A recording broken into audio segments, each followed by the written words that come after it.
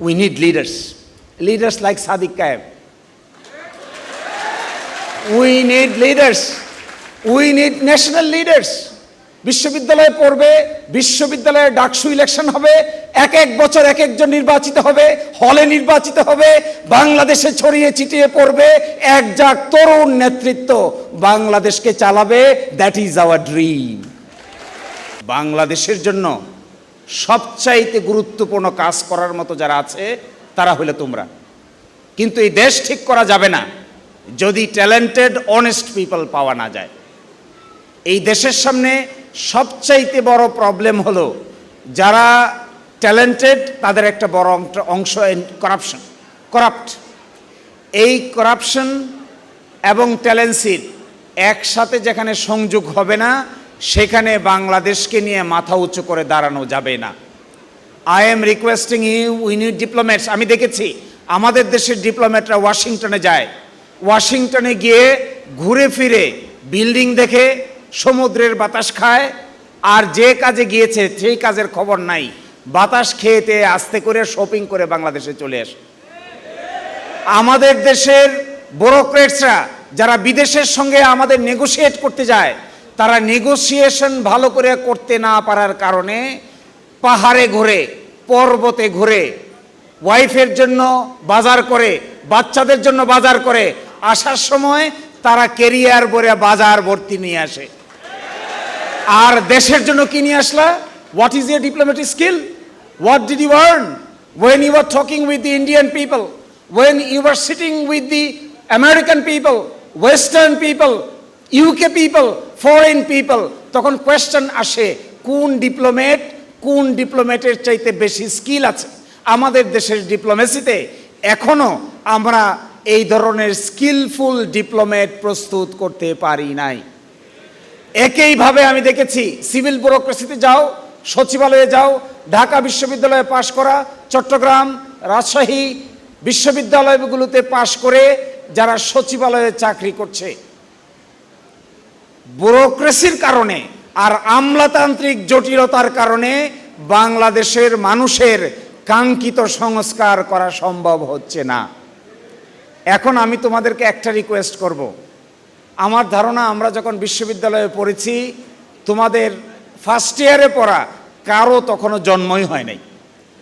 তো আমি তোমাদেরকে একটা রিকোয়েস্ট করি, from my experience point of view, I want to see you as an efficient manpower for Bangladesh. No matter কে কোন ধর্মের, no matter কে হিজাব পরে কে নিকাব পরে, no matter কার বাড়ি কোথায়, no matter কে কোন পলিটিক্যাল পার্টি করে, no matter কে দেখতে কেমন, only the matter Bangladesh needs efficient and talented people. আমি অবাক হই এখনো আমরা এই এফিসিয়েন্সির যুগে এখনো আমরা আর্গুমেন্ট করি কে কোন দল করি, কে কোন মত করি। আমি ঢাকা বিশ্ববিদ্যালয়ের ছাত্রদেরকে বলবো, আরে বাবারে, ভাইরে, বোন রে, তোমার যা মনে চাই তাই করো। এন্ড অফ দ্য ডেতে we need talented people, the country needs you, এবং এন্ড অফ দ্য ডেতে নিড অনেস্ট পিপল। আমি এটাও দেখেছি সামান্য টাকার বিনিময়ে দেশের স্বার্থ বিকিয়ে দিচ্ছে আমাদের লোকেরা। সামান্য পয়সার বিনিময়ে আমাদের বিশ্ববিদ্যালয় থেকে পাশ করে যাওয়া সরকারের বিভিন্ন ক্যাটাগরিতে বসে থাকা লোকেরা অল্প কয়টা টাকার বিনিময়ে দেশের স্বার্থকে বিকিয়ে দিচ্ছে। No, that should not be. We want you leader of the nation. My dear brothers and sisters, this is my heart pouring call to each and everyone. Please prepare yourself. Please take preparation to lead the nation. Unless you lead the nation will be suffering from serious intellectual crisis. আমাদের দেশে ভালো সাংবাদিক দরকার, ভালো diplomat দরকার, ভালো bureaucrat দরকার, ভালো আইনজীবী দরকার, ভালো বিচারক দরকার, ভালো সিভিল মিলিটারি ব্যুরোক্রেসির লোকেরা দরকার। দেশকে সাজাইতে গেলে অল্প সিলেক্টিভ ওয়েতে কে কোন দল করে, কে কোন মত করে, এইভাবে বাছাই করে যদি আমরা চাকরি দেই, কোনো দিনেই আমরা দেশকে ঠিক করতে পারবো না। আমাদের one and the only purpose will be, we need talented, at the same time honest people. আচ্ছা বলেন তো দেখি, একজন ডিপ্লোম্যাট তৈরি করতে কত সময় লাগে? শেষ বয়সে এসে যখন ভারতের সঙ্গে চুক্তি করতে পাঠানো হয়, চুক্তিতে ভালো করে এফিসিয়েন্সি না থাকার কারণে দেশ বিরোধী চুক্তিতে স্বাক্ষর করে দিয়ে আসতেছে, বাজার করে আসতেছে, কিন্তু দেশের কি হলো এইটা মাথায় কাজ করতেছে না। So my dear brothers and sisters, my wake up call to each and everyone, prepare yourself. We need you. The nation need you. The Bangladesh need you. The world need you.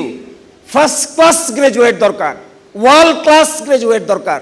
আমাদের ছেলেরা Washington বিশ্ববিদ্যালয়ের সাথে compete করবে, অক্সফোর্ডের সঙ্গে compete করবে, কেমব্রিজের সঙ্গে compete করবে, তারপরে তারা একটা এফিশিয়েন্ট ম্যান পাওয়ার হিসেবে দাঁড়াবে। কিন্তু আমি দেখি এখনো ছাত্র সংগঠনের কোথাও কোথাও এমন এক যুক্তিতর্কের আবির্ভাব করেন, আমার কাছে মনে হয় মাথার চাইতে শরীরের জোরেই বুঝি তাদের বেশি। বিশ্ববিদ্যালয়ে নিজ বাই মাথার জোর, বিশ্ববিদ্যালয়ে তো পেটের জোরের দরকার নাই। বিশ্ববিদ্যালয়ে ছাত্রদের মধ্যে সবচাইতে বেশি প্রয়োজন তারা কি পড়ছে, তারা কি রিসার্চ করছে, তারা কিভাবে প্রস্তুত হচ্ছে, তারা কিভাবে বাংলাদেশ চালাবে, তারা কিভাবে বিশ্ব চালাবে, তারা কিভাবে অক্সফোর্ডে যাবে, তারা কিভাবে কেমব্রিজে যাবে, তারা কিভাবে পাশের বিশ্ববিদ্যালয়গুলোতে এক নম্বর ভূমিকা পালন করবে, রিসার্চ করবে, পেপার প্রেজেন্টেশন করবে, এমন পেপার প্রেজেন্ট করবে যে বিশ্ববিদ্যালয়ের টিচাররা পর্যন্ত একজন ছাত্রের ট্যালেন্সি দেখে অবাক হতে বাধ্য হবেন। যদি এইটা না করা যায়, তার চেয়ে বলেন তো দেখি প্রাচ্যের অক্সফোর্ড কোথা থেকে হবে, কেমন করে হবে? এ অপরাজয় বাংলার পাদদেশে কে মুর্দাবাদ আর কে জিন্দাবাদ, সারা দিন রাত এইটা করলে কোন ছেলের মাথা ডেভেলপ করবে? Why is this? For what reason? What will be the ultimate achievement? নেশনের কি হবে, জাতির কি হবে, বাংলাদেশের কি হবে, এই ভারতীয় উপমহাদেশে বাংলাদেশের স্ট্যাটাস কি হবে, অস্তিত্ব কি হবে? এইটা যদি বিশ্ববিদ্যালয়ের ছাত্ররা বুঝতে না পারেন, এখনো আমরা খুঁজি কে মুর্দাবাদ আর কে জিন্দাবাদ, এখনো আমরা খুঁজি ওই হলের গেস্ট রুমে রেখে কাকে জবরদস্তি করে মিছিলে নিয়ে যাব আর কাকে জবরদস্তি করে মিছিলে নিয়ে যাব না। এই চিন্তা যদি মাথায় থাকে, আমার ধারণা বর্তমান যুগে এই ধরনের রাজনীতি পরিপূর্ণভাবে অচল। একটাই শুধু আমাদের expectation from you, we need leaders like Sadiq Kayem. We need leaders, we need national leaders. বিশ্ববিদ্যালয়ে পড়বে, বিশ্ববিদ্যালয়ে ডাকসু ইলেকশন হবে, এক এক বছর এক একজন নির্বাচিত হবে, হলে নির্বাচিত হবে, বাংলাদেশে ছড়িয়ে ছিটিয়ে পড়বে একজাক তরুণ নেতৃত্ব, বাংলাদেশকে চালাবে। That is our dream. এই ড্রিমি সিচুয়েশনটায় তোমরা পার্টিসিপেট করো।